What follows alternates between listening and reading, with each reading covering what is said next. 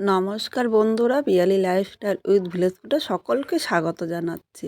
বন্ধুরা, আমাদের এই একরকমভাবে ফুলকপি খেতে খেতে মুখে অরুচি চলে এসেছে। তাই আজকে আমি ফুলকপির মশলা পনির তৈরি করব। ভিডিওটা স্কিপ করবে না, প্রথম থেকে শেষ পর্যন্ত দেখতে থাকো, খুব ভালো লাগবে।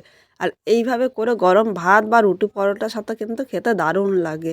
এই ফুলকপির পনিরটা আমি কিভাবে তৈরি করলাম চলো দেখে নেওয়া যাক।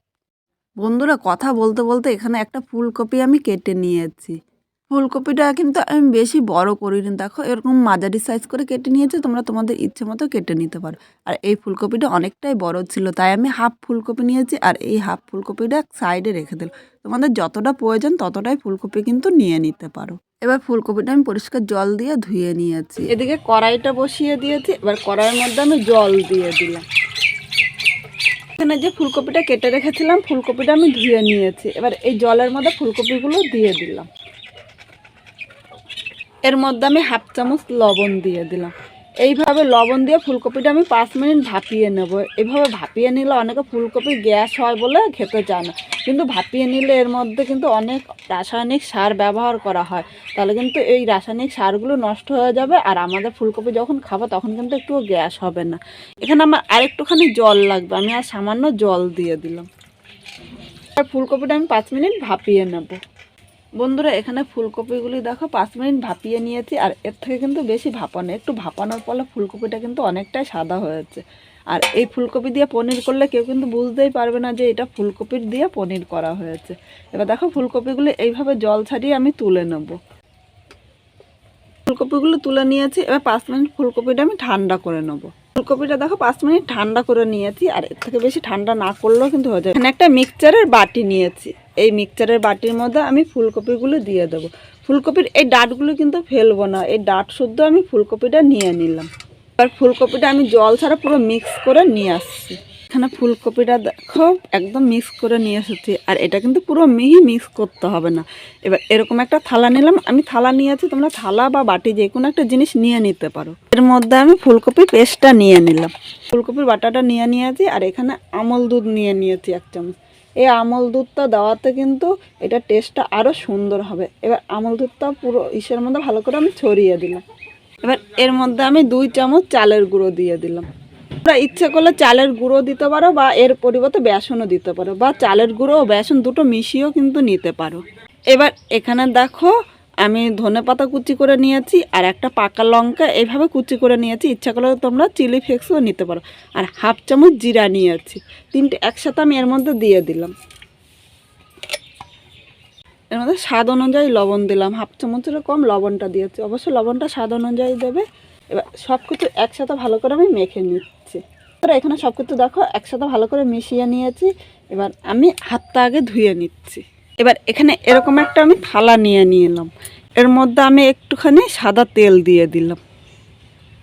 তেলটা পুরো থালাটা ভালো করে এইভাবে মাখিয়ে নেবো, তাহলে খুব সহজে কিন্তু থালার থেকে উঠে যাবে। আর না হলে পনির করার পর পনিরটা কিন্তু থালার নিচে লেগে থাকবে। দেখো তেলটা ভালো করে মাখিয়ে নিয়েছি। এবার এই থালার মধ্যে এই ব্যাটারটা আমি দিয়ে দিলাম। এবার এই ব্যাটারটা আমি চামচ দিয়ে পুরো থালাতে এইভাবে ছড়িয়ে নিলাম। উপরটা পুরো লেবেল করে দেবো, তাহলে এটা কিন্তু খুব সুন্দর হবে। থালার উপরটা এইভাবে দেখো আমি চামচ দিয়ে পুরো প্লেন করে দিয়েছি। কড়াইতে আমি আবার জল বসিয়ে একটু গরম করে নিয়েছি। এর মধ্যে আমি 2টো টমেটো দিয়ে দিলাম। 4টে আমি পাকা লঙ্কা নিয়েছি, ইচ্ছে করলে তোমরা কিন্তু শুকনো লঙ্কাও নিতে পারো। আমি কিন্তু খুব অল্প তেল মশলা আর কাঁচা লঙ্কা দিয়ে রান্না করতে খুব ভালোবাসি।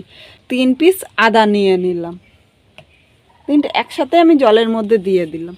উপর দিয়ে আমি একটা দেখো ছিদ্রযুক্ত একটা থালা বসিয়ে দিলাম, তাহলে এই ভাপটা কিন্তু থালার উপর দিয়ে উঠে যাবে। এবার এর উপরে আমি এই থালাটা দিয়ে দিলাম। আমি এরকম একটা চাপা ঢাকা দিয়ে রেখে দিলাম। এইভাবে আমি 10 মিনিট জাল দিয়ে নেবো, তাহলে কিন্তু জলটা উপরে উঠে যাবে না, আর খুব সুন্দরভাবে এই পনিরটাও তৈরি হয়ে যাবে।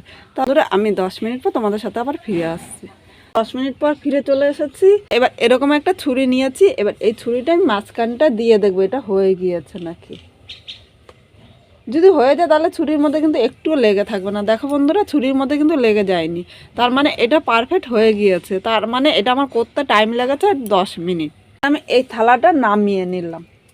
নামিয়ে এটা কিন্তু ঠান্ডা করে নেব, গরম গরম করা কিন্তু যাবে না। এখানে আমি যে টমেটো, আদা ও লঙ্কা দিয়েছিলাম এগুলো একসাথে এইভাবে জল ছাড়িয়ে আমি তুলে নিলাম। যতটা জল দিয়েছিলাম দেখো পুরোটা জলই কিন্তু টেনে নিয়েছে। আর এবারে এগুলো আমি এক সাইডে রেখে দিলাম। কড়াইটা পরিষ্কার করে নেবো আগে। বন্ধুরা এটা ঠান্ডা হতে হতে আমি আগে মশলাটা রেডি করে নেব। এখানে একটা মিক্সচারের বাটি নিয়েছি, এর মধ্যে দেখো আদা কুচিটা দিয়ে দিলাম আর 4টে লঙ্কা নিয়েছি, তোমরা ঝাল যেরকম খাবে সেই হিসাবেই নেবে। আর এখানে দেখো টমেটোটা সেদ্ধ করাতে টমেটোর উপরের খোসাটা কিন্তু খুব সহজেই উঠে যাচ্ছে। এবার এর সাথে টমেটোটা নিয়ে নিলাম, সাথে মিক্স করে নিয়ে আমি আবার আসছি। মশলাটা পুরো মিহি করে নিয়ে এসেছি। দেখো এটা ঠান্ডা করে নিয়েছে আর সাইড দিয়ে দেখো ছেড়ে দিয়েছে, তোমরা দেখে কিন্তু খুব সহজেই বুঝতে পারছো। এবার একটা ছুরি দিয়ে আমি পিস পিস করে নিলাম। আমি এইভাবে চৌকো পিস করে নেবো, তোমরা তোমাদের ইচ্ছে মতো কিন্তু পিসটা করে নিতে পারো। এবার বন্ধুরা তোমাদের একটা পনির আমি তুলে দেখাচ্ছি কীরকম হয়েছে, তোমরা দেখেই কিন্তু বুঝতে পারবে। দেখো পনিরটা খুব সহজেই উঠে গিয়েছে।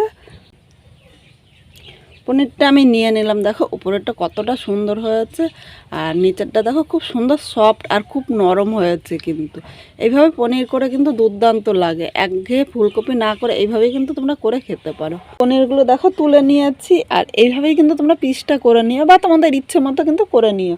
আর এইভাবে করে দিলে কেউ কিন্তু বুঝতেই পারবে না যে এটা ফুলকপি দিয়ে করা হয়েছে, সে কিন্তু বারবার জানতে চাইবে যে আপনি কিভাবে করলেন। বন্ধুরা কড়াইটা আবার পরিষ্কার করে বসিয়ে দিয়েছি। এবার এর মধ্যে আমি সাদা তেল নিয়ে নিলাম। তোমরা সাদা তেল বা সর্ষের তেল দিয়ে করতে পারো, কিন্তু সাদা তেল দিয়ে এটা ভেজে নেব, তাহলে ভাজাটা কিন্তু খুব সুন্দর হবে। এখানে দেখো তেলটা গরম হয়ে গিয়েছে, এবার একে একে আমি পনিরগুলো দিয়ে দিলাম। একসাথে সব পনির ভাজবো না, এভাবে অল্প অল্প করে পনিরটা ভেজে নেব, নাহলে কিন্তু একসাথে ভাজতে গেলে পনিরটা ভেঙে যেতে পারে। এবার মিডিয়াম আগুনে পনিরগুলো আমি লাল করে ভেজে নেব। বন্ধুরা পনিরগুলো এক পিঠ লাল করে ভাজা হয়ে গিয়েছে, উল্টিয়ে এবার এই পিঠটা আমি লাল করে ভেজে নেব। এখানে পনিরটা 2 পিঠ লাল করে ভেজে নিয়েছি, এবার একটা থালার মধ্যে আমি তুলে নিচ্ছি। খুব সহজে কিন্তু তোমরা করতে পারবে আর এইভাবে ভাজা করে এটা খেতেও কিন্তু খুব ভালো লাগে। তোমরা গরম গরম ভাত বা ডালের সাথে খেতে পারো, কিন্তু খেতে কিন্তু দুর্দান্ত হয়। আর কেউ খেয়ে বুঝতেই পারবে না যে এটা ফুলকপি দিয়ে তৈরি করা হয়েছে। বন্ধুরা এখানে সব পনিরগুলো ভেজে নিয়েছি, এখান থেকে আর তেল কমাবো না। এই তেলের মধ্যে আমি একটা ক্যাপসিকাম কুচি করে নিয়েছি, দেখো এইভাবে চৌকো চৌকো করে কেটে নিয়েছি, তোমরা তোমাদের ইচ্ছে মতো করে নিতে পারো। এবার এই তেলের উপরে দিয়ে দিলাম, এর মধ্যে আমি লবণ দিয়ে দিলাম, হলুদ দিয়ে দিলাম। এবার নেড়ে চেড়ে মিশিয়ে এটা আমি ক্যাপসিকামটা ভেজে নেব। আর এই সময় অন্যান্য আগুনটা কিন্তু মিডিয়াম দেবো, মিডিয়াম আগুনে আমি ক্যাপসিকামটা 3 মিনিট ভেজে নেব। আমরা 3 মিনিট ক্যাপসিকামটা ভেজে নিয়েছি আর এর থেকে কিন্তু বেশি ভাজার প্রয়োজন নেই। এবার ক্যাপসিকামগুলো আমি তুলে নেব। সব ক্যাপসিকামগুলো তুলে নিয়েছি আর ভাজাটা দেখে বুঝতে পারছি কিন্তু খুব বেশি ভাজিনি। আমি পুরো রান্নাটা সাদা তেল দিয়েই করব, ইচ্ছে করলে সর্ষের তেল দিয়েও কিন্তু করতে পারো। এবার এর মধ্যে দেখো একটা তেজপাতা হাফ করে নিয়েছি, তেজপাতাটা দিয়ে দিলাম আর 2টো শুকনো লঙ্কা দিলাম। 2 মিনিট আমি ভেজে নেব। ভেজে নিয়েছি, এবার এখানে যে মশলাটা করে রেখেছিলাম মশলাটা দিয়ে দেবো। বন্ধুরা বাটির মধ্যে দেখো অনেকটাই মশলা লেগে আছে, তাই বাটিটা ধুয়ে আমি সামান্য জল নিয়ে নিলাম। এখানে কিন্তু আমি মশলা একটু নষ্ট করব না। এবার মশলাটা আমি 3 মিনিট কষিয়ে নেব। এখানে মশলাটা কষিয়ে নিয়েছি, এবার একে একে আমি গুঁড়ো মশলাটা দিয়ে দেবো। এখানে দেখো হাফ চামচ আমি কাশ্মীরি লঙ্কার গুঁড়ো দিয়েছি, এটা কিন্তু ঝালের জন্য না, এটা দিয়েছি শুধুমাত্র কালারের জন্য।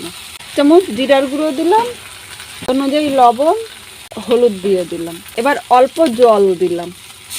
এবার মশলাটা নেড়ে চেড়ে মিশিয়ে আমি কষিয়ে নেব। বন্ধুরা মশলাটা 2 মিনিট কষিয়ে নিয়েছি, আবারও সামান্য একটু জল দিয়ে দিলাম। এইভাবে জল দিয়ে মশলাটা কষালে তাহলে মশলাটা কষানোও কিন্তু খুব সুন্দর হবে আর এটা খেতেও কিন্তু দুর্দান্ত হবে। কাউকে করে দিলে কেউ বুঝতেই পারবে না যে এটা এইভাবে করা হয়েছে। বন্ধুরা মশলাটা 2 মিনিট কষিয়ে নিয়েছি, এবার এখানে যে ভেজে রেখেছিলাম ক্যাপসিকামটা দিয়ে দিলাম। ক্যাপসিকামটা নেড়ে চেড়ে মশলার সাথে মিশিয়ে আরও 3 মিনিট আমি কষিয়ে নেব। আর এইভাবে মিডিয়াম আগুনে অবশ্যই কিন্তু মশলাটা কষাবে, আর বেশি আগুন দিলে মশলাটা নিচে দিয়ে লেগে যাবে, কিন্তু একটু খেতে ভালো লাগবে না। বন্ধুরা এখানে দেখো মশলাটা কষানো হয়ে গিয়েছে আর মশলার গাছ থেকে কিন্তু তেল ছেড়েছে। এবার এখানে আমি উষ্ণ গরম জল দিয়ে দিলাম। কিন্তু খুব বেশি জল দেবো না। দেখো এখানে আমি 250 গ্রাম জল দিয়েছি। তোমরা ঝোল যেরকম খাবে সেই হিসাবেই কিন্তু রাখবে, কিন্তু বেশি ঝোল হলে না এটা খেতে ভালো লাগে না। একটু গ্রেভি গ্রেভি হলে খেতে কিন্তু দুর্দান্ত লাগে। এটা তোমরা ভাত দিয়েও খেতে পারো বা রুটি দিয়ে খেতে কিন্তু অসাধারণ লাগে। আমি তো রুটি দিয়ে খাই, আর তোমরা যদি গরম গরম ভাত দিয়ে খাও তাও কিন্তু খুব ভালো লাগবে। এবার ঝোলটা আমি ফুটিয়ে নেব। এখানে ঝোলটা ভালো করে ফুটিয়ে নিয়েছি। অবশ্য পনিরটা দেওয়ার আগে কিন্তু ঝোলটা ভালো করে ফুটিয়ে নেবে। এবার ভেজে রাখা পনিরগুলো আমি দিয়ে দিলাম। এটা ঝোলের সাথে নেড়ে চেড়ে মিশিয়ে নেব। আর পনিরটা দেওয়ার পর কিন্তু আমি 2 মিনিট ফুটিয়ে নেব, খুব বেশি ফোটাবো না।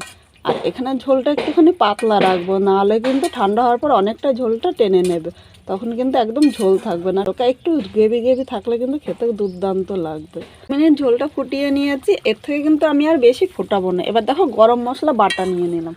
তোমরা গরম মশলা বাটা যদি না থাকে তাহলে একটু গুঁড়ো গরম মশলাও কিন্তু নিয়ে নিতে পারো। এবার পুরো গরম মশলাটা আমি চারিপাশে ছড়িয়ে দিলাম। সাথে আমি 1/2 চামচ ঘি দিয়ে দিলাম। ঘি ও গরম মশলাটা আমি ভালো করে মিশিয়ে নিচ্ছি। আর আমার মনে হয় এর মধ্যে একটু ঘি গরম মশলা দিলে খেতে কিন্তু দুর্দান্ত লাগে। আজকে আমি যেভাবে এই পনিরটা রান্না করলাম, তোমরাও যদি সেইভাবে রান্না করো তাহলে অবশ্যই খেয়ে কীরকম লাগলো কমেন্ট করে কিন্তু জানাতে ভুলো না। আর নতুন কোনো বন্ধু থাকলে চ্যানেলটি সাবস্ক্রাইব করে দিও, যাতে নতুন নতুন ভিডিও আপলোড করলে সবার আগে নোটিফিকেশান আপনার কাছে পৌঁছিয়ে যায়। এখানে আমার পনিরটা হয়ে গিয়েছে। এবার পনিরটা আমি নামিয়ে নিলাম। বন্ধুরা এইভাবে করে তোমরা গরম ভাত বা রুটি পরোটার সাথে খেতে পারো, খেতে কিন্তু দুর্দান্ত হয়। আর এইভাবে করে দিলে কেউ কিন্তু বিশ্বাস করবে না যে এটা ফুলকপি দিয়ে পনির তৈরি করা হয়েছে। আমার এই রেসিপিটা কীরকম লাগলো অবশ্য কমেন্ট করে কিন্তু জানাতে ভুলো না।